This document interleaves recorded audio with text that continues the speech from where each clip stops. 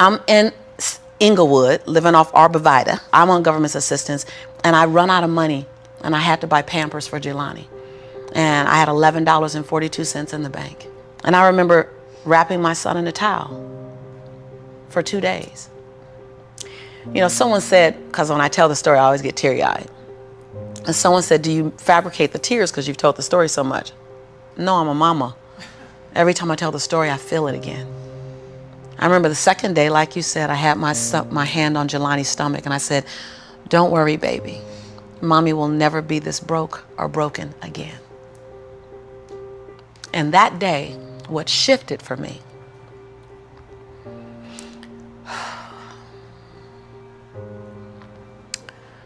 was I was willing, and I don't know if this is going to sound crazy, I was willing to completely die to any form of me that I had been so that I can birth the woman that I was becoming. The reason why a lot of people won't become who they want is because they're too attached to who they've been. And you hear it all the time when people say, I've always been this way. Okay, well, if that's working for you, keep doing that. I knew it wasn't working for me any longer. I had hit my version of rock bottom. So I was willing to let go of everything and everybody. See, another reason why people won't get there is because the doorway is for you to fit through. You're trying to carry everybody else through because you're trying to be Rescue 911. And you got to rescue you first. I am much more valuable to my family and to my community because I was willing to let them go through the door myself, teach myself, learn myself, condition myself, and then come back and get them. I'm much more valuable to them now. But I had to go through a window time of 10 years of judgment. You leaving us, hanging out with white people all the time. You going to these crazy countries. We don't know what you... I had to be willing to allow my conviction to make me inconvenienced. See, we want to grow, but we want to stay liked by everybody. I was willing to be my own rescue at the risk of your approval. But most of us aren't like that. Facebook is an example. We want to be liked. Well, I woke up and I like myself today, so your like is extra. My job is to like me first. I was willing to say every day, Lisa, you like you? Lisa, are you proud of you? Lisa, are you playing full out? Every day before I checked in with anybody else. That's lonely, by the way. Why won't most people do it? Because it's scary and it's lonely. So what did I do?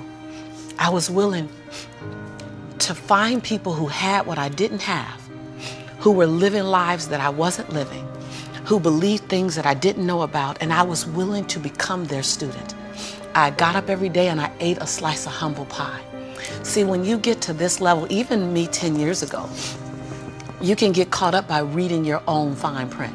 See, whenever I hear people reading my bio, before I came on and you read my bio, I'm in the back going, yeah, yeah, yeah, yeah, yeah, yeah, yeah, yeah, yeah. Because I don't want to ever think I arrived. That bio is old. You should be interested in my future. Oh, that's my bio. What's my future? Oh, what are you doing? Who am I becoming for 2020? And we get caught up in our bios. We get caught up in our status. I never allowed that to stop me from going and sitting at the hem of someone and saying, what do you know about wealth? See, because there's 3 forms to money. There's 3 relationships to money. We learn how to earn it, we learn how to keep it, and we learn how to grow it.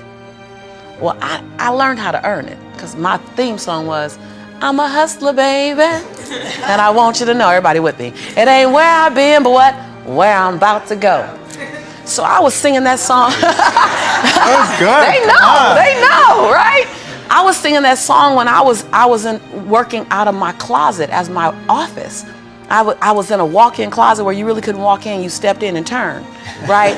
and the clothes rack, you know how you have the hanger rack, I had pant hangers in the closet and I had manila folders clipping on the pant hangers. Those are my client files. And I would sit there and I put $2.99 mirrors that you get from CVS. I put them all around my closet walls so that I can make my office look bigger. I worked out of that closet office for 4 years, singing that song. It ain't where I've been, but where I'm about to go. I knew that. I knew how to make money. I didn't know how to keep it, because ain't nobody had none in my family. So keeping wasn't an issue. Growing was never an issue. So I went to people who knew how to make it, keep it, grow it. I went to people who was about serving others to the highest level. See, I make a lot of money because I serve more people. See, all your success is on the other side of service. People trying to make money, if it begins and ends with money, it's going to be a short-lived victory. But if it's about transforming lives, then the wind keeps going and going and growing and growing. So I went to people that knew what I didn't know. And I killed my ego every day, murdered my she-go every day. Because I got a big she-go. I mean, come on, right? Every day, Tom. And I got hungry and I learned. I went to the same training 42 times. Yes, I said 42. Some folk will stop. This is how I've been there already. I learned that already. Yeah. No, I wasn't there. I wanted to be able to finish their sentences. I want to know what you know. I want to walk like you, talk like you, and then I want to then embed me in it. But success leaves clues. We're just not picking them up. I was the only African-American person at this conference. I was one of 2 women at this conference. Within the last 29 sessions, I led the conference. But I was willing to be the student first.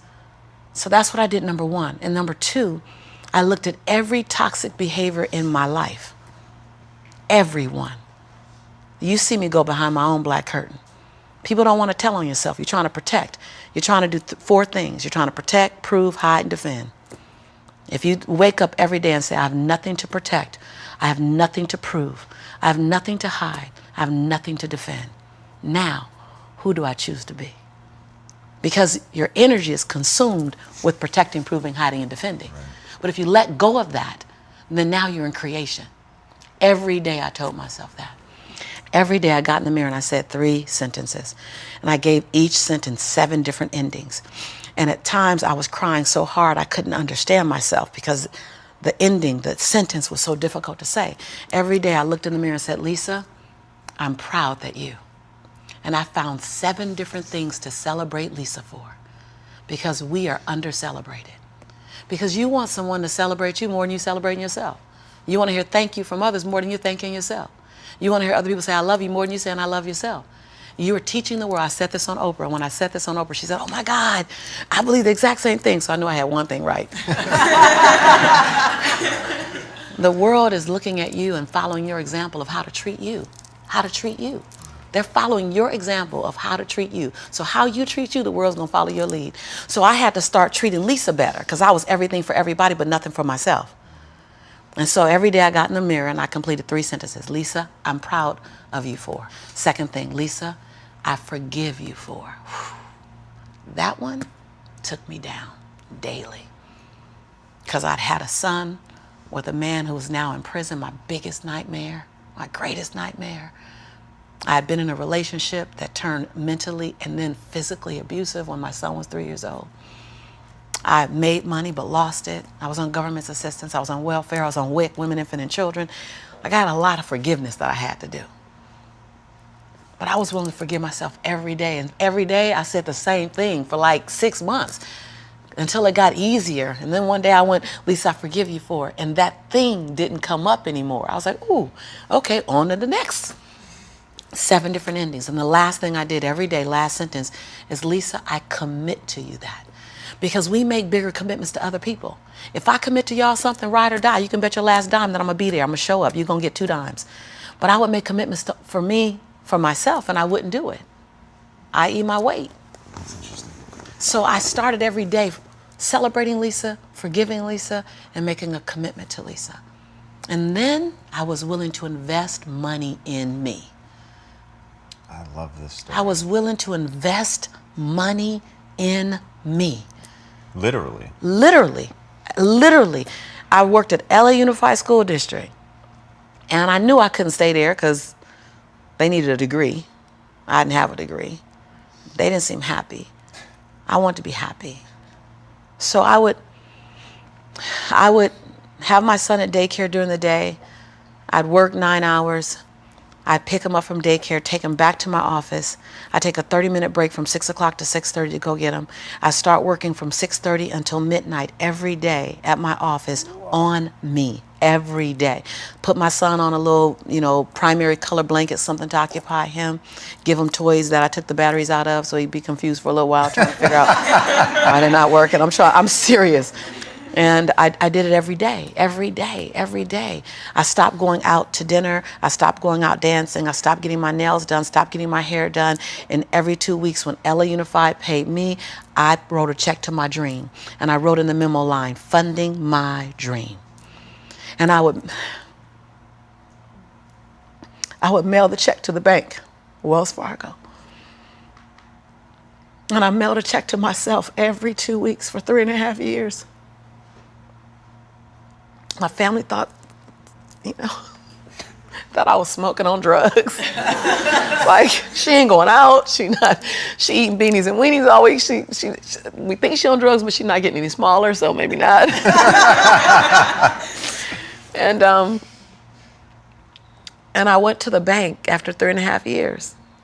This is the story you're talking about. I walked in the bank. I said, I'm just gonna check and see where that account is, because I wouldn't open the statements, because my mother used to say when I was growing up, girl, this money burn in my pocket. And I'm like, I think money hot, and it goes. Thank you so much, and it goes away fast. So I'm not gonna open the statement because I don't want to know how much money I have, because I didn't have a healthy relationship to money. I didn't even know a relationship with money. So while I'm at these trainings, they just kept saying save. So I'm like, okay, I'm gonna save. I didn't need the money that I was writing checks for, because it was the money I used on my nails and my hair. And then every check I wrote to myself, I made a challenge with myself that it had to be 5% more than the next check. Wow. Than the previous check. So I didn't really know how to calculate the 5%. So I'm like, well, I'll just add $30. I'll just add $60. I really didn't know anything about it. Then I went out and got a second job. And I started working in the evenings, less on my business and more out on jobs, so I can write a bigger check. So I learned how to live on $31,000. That's all I was living on, $31,000. We can make it. We got it. I sold my Altima I had at the time. I bought an old Ford Explorer. I just skinnied down. I moved out of my 3-bedroom house. I moved in with a roommate. She smoked even, and I was like, okay, I'm gonna put towels under the base of the door. Y'all, you gotta be inconvenienced. I put towels on the base of the door so the smoke wouldn't come in the room with me and my son. We slept side by side in the same bed. Went from a 3-bedroom, 3-bathroom house, 2-story, to a roommate, because I was willing to write a check to fund my dream. And I kept writing, funding my dream, funding my dream, funding my dream. And I walked in the Wells Fargo 3.5 years later, and I gave her my name. I said, hi, my name is Lisa Nichols. And she's like, you the funding my dream lady. I was like, yeah. So all these tellers came running around. The manager came around, because I guess everybody had processed a check or two. Right. And they were like, we all been wondering, like, everybody wants to know, what's the dream you funded? And I was like, I don't know, but it's gonna cost some money. Think I got a little money now to fund the dream. And so I said, I just came to get my balance and to see where it is, because I haven't opened any of the statements. They were like, what? I said, no, I haven't opened any of the statements, because money burns my mama's pocket, so it might burn my pocket, so I don't want to spend it. So she wrote the balance down. You know how they write the balance down, and she turned it and passed it to me, and I looked at it, and I said, no, ma'am, my name is Lisa Shante Nichols. This is my social security number. I don't even want that money, because y'all gonna want it back, and I don't want to get in trouble, so can you just give me my account? Because I didn't know anyone in my family that had $5,000 in their account, $10,000 in the account. So when you write down that I have $62,500 in my account, that's not mine. And so they all teared up, like everybody started crying. They're like, no, it's yours.